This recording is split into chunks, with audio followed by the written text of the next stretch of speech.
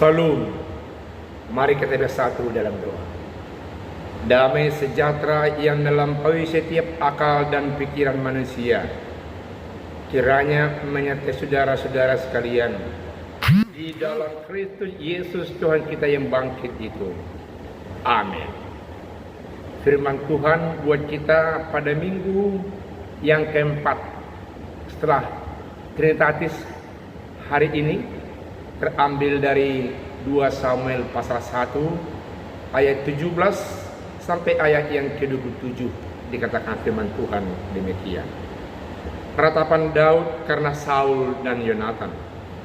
Daud menyanyikan nyanyian ratapan ini karena Saul dan Yonatan anaknya, dan ia memberi perintah untuk mengajarkan nyanyian ini kepada Bani Yehuda. Itu ada tertulis dalam kitab orang jujur.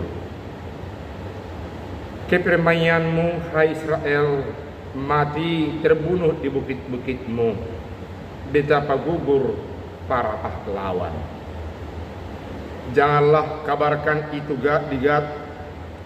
Janganlah beritakan itu di lorong-lorong Askelon, supaya jangan bersukacita anak-anak perempuan orang Filistin, supaya jangan beria-ria anak-anak perempuan orang-orang yang tidak bersunat.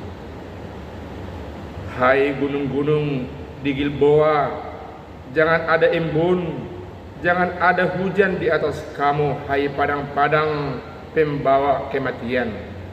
Sebab di sanalah perisai para pahlawan dilumuri, perisai Saul yang tidak diurapi dengan minyak. Tanpa darah orang-orang yang mati terbunuh, dan tanpa lemak para pahlawan panah Yonatan tidak pernah berpaling pulang, dan pedang Saul tidak kembali dengan hampa. Saul dan Yonatan orang-orang yang dicintai dan yang ramah dalam hidup dan matinya tidak terpisah. Mereka lebih cepat dari burung raja wali, mereka lebih kuat dari singa.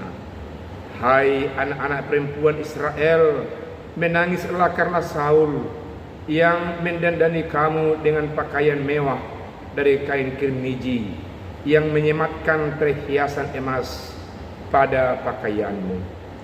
Betapa gugur para pahlawan di tengah-tengah pertempuran. Yonatan mati terbunuh di bukit-bukitmu.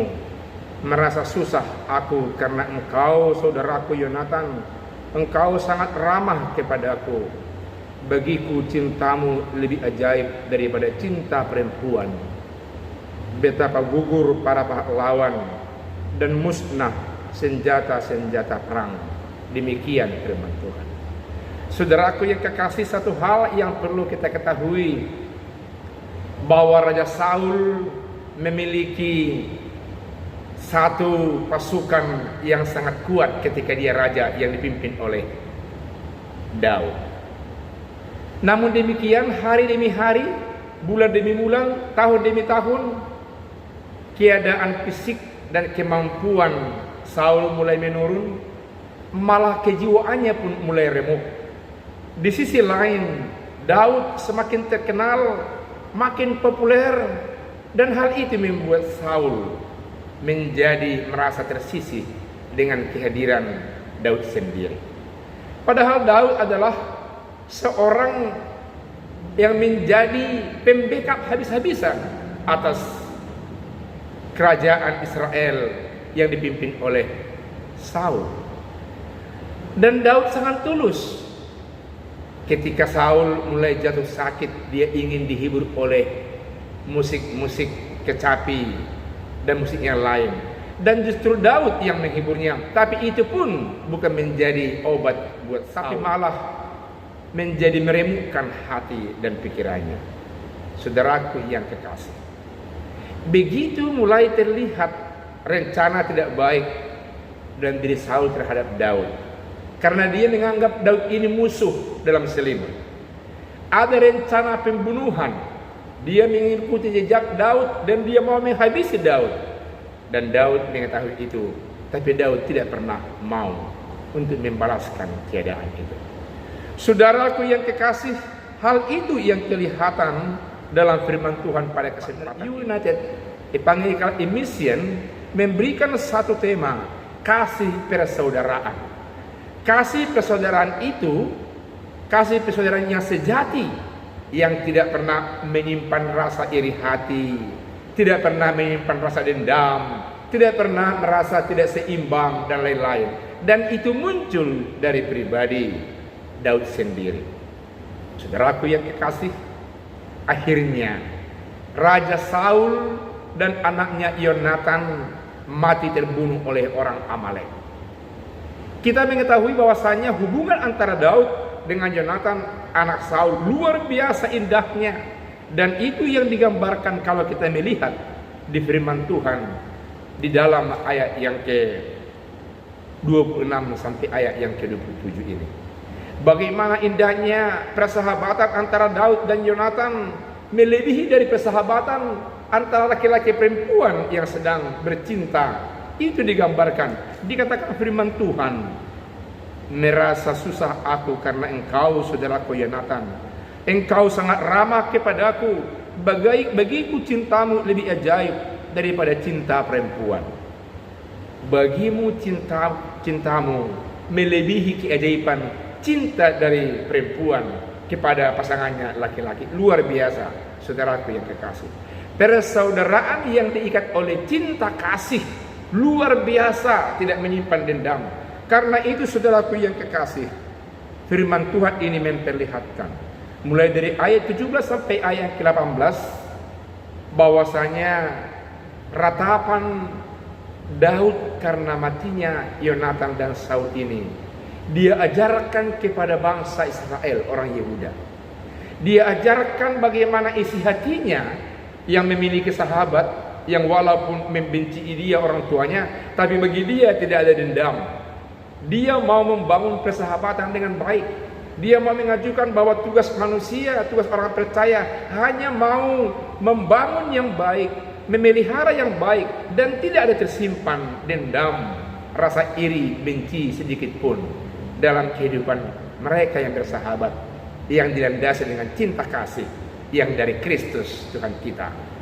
Bagian kedua ayat 19 sampai 20 diperlihatkan bahwa Saul dan Yonatan diperlihatkan bagaikan bukit-bukit yang indah di Israel, dan kematian mereka tidak perlu dikobarkan untuk diketahui di sekeliling mereka. Yang tadinya bukit-bukit itu indah, tempat yang sangat permai buat orang yang memandang, tapi orang-orang yang memandang ke seluruh Yerusalem, ke seluruh daerah yang ada di Israel, tidak perlu mendengarkan berita duka, berita lara, berita ratapan itu. Itu karena dia merasa terlampau malang dan sedih, dan tidak perlu orang, bahkan bukit-bukit pun tidak perlu mengetahui rasa malangnya atas hilangnya sahabat yang sangat dekat itu. Ayat 19 sampai 20 diperlihatkan bahwasanya, maksud saya ayat 21 sampai 22 diperlihatkan bahkan gunung-gunung pun tidak perlu ikut bersedih. Saul dan Yonatan adalah raja yang perkasa, raja yang luar biasa. Kalau diketahui oleh bukit-bukit, itu berarti berita akan kedengaran ke seberang, negara seberang, terlebih kepada orang Filistin lawan mereka. Nanti lawan mereka yang membenci mereka menjadi senang atas matinya Saul dan Daud. Karena itu sengaja dilokalisir dan tidak perlu orang tahu atas kematian itu. Saudaraku yang kekasih, ratapan ini memperlihatkan ratapan yang luar biasa, isi hati yang bersahabat. Secara khusus ayat 23 sampai ayat 27 dikatakan firman Tuhan buat kita, Saul dan Yonatan orang yang dicintai dan ramah, dalam hidup dan matinya tidak terpisah. Mereka lebih cepat dari burung rajawali, mereka lebih kuat daripada singa. Daud tidak segan-segan memperlihatkan bagaimana kecekatan daripada Raja Saul, bagaimana keramah tamahannya untuk menjaring sebuah komunikasi, membuat orang senang atas kehadirannya. Daud memperlihatkan keunggulan orang yang membencinya dan tidak mau menutupinya. Barangkali kita kalau ada orang yang kita benci, kita hanya mengungkapkan segala sesuatu keburukan dan keburukannya. Tapi dalam kaitan ini, kalau kita melihat ayat 23 sampai ayat 26, bahwasanya Daud memperlihatkan, mengungkap, memuji orang yang justru membencinya. Dia tidak mau tertutup dengan hal itu. Dia terbuka dengan hal itu. Dia mengatakan mereka ramah, mereka cekatan, mereka lihai, mereka sangat pandai, mereka sangat luar biasa dalam tugas mereka sebagai raja, sebagai pemimpin. Saudaraku yang kekasih, biarlah pembalasan menjadi hak Tuhan, sebagaimana yang katakan Yeremia pasal 21 ayat 14, bahwasanya hanya Allah yang memiliki pembalasan antara manusia dengan manusia. Roma 12 ayat 19, bahwasanya hanya Tuhan yang patut membalas kejahatan antara sesama manusia. Manusia kita hanya membangun yang baik, membangun relasi yang bagus, membangun segala sesuatu yang baik demi untuk kemuliaan nama Tuhan. Dan Ibrani 10:30, bahwasanya setiap orang percaya tugasnya hanya membangun yang membaik demi untuk kemuliaan nama Tuhan. Biarlah firman Tuhan ini senantiasa memotivasi kita untuk tetap membangun yang baik, sekalipun orang meresponi dengan kurang baik, dengan kasar, dengan mengintimidasi, dengan mengancam, dengan mau membunuh. Tapi biarlah kita menyerahkan itu kepada Tuhan, agar Tuhan senantiasa membalas sesuai dengan porsi tingkah laku masing-masing. Tuhan Yesus memberkati. Amin. Kita berdoa. Terima kasih atas firman Tuhan yang begitu berkuasa untuk membentuk spiritual, mental, dan kehidupan iman percaya kami, bahwa kami hanya patut untuk merajut persaudaraannya indah yang baik. Dan jikalau ada respon yang kurang baik dari orang lain kepada kami, biarlah Tuhan yang membalaskannya kepada mereka. Terima kasih atas firman Tuhan. Berkati kami, berikan kami kekuatan, Engkau menyertai kami. Berikan kami satu kepastian iman bahwa Tuhan dalam nama Yesus senantiasa bekerja buat kami di dalam rencana yang baik di setiap langkah kehidupan kami. Dalam nama Yesus kami berdoa. Amin.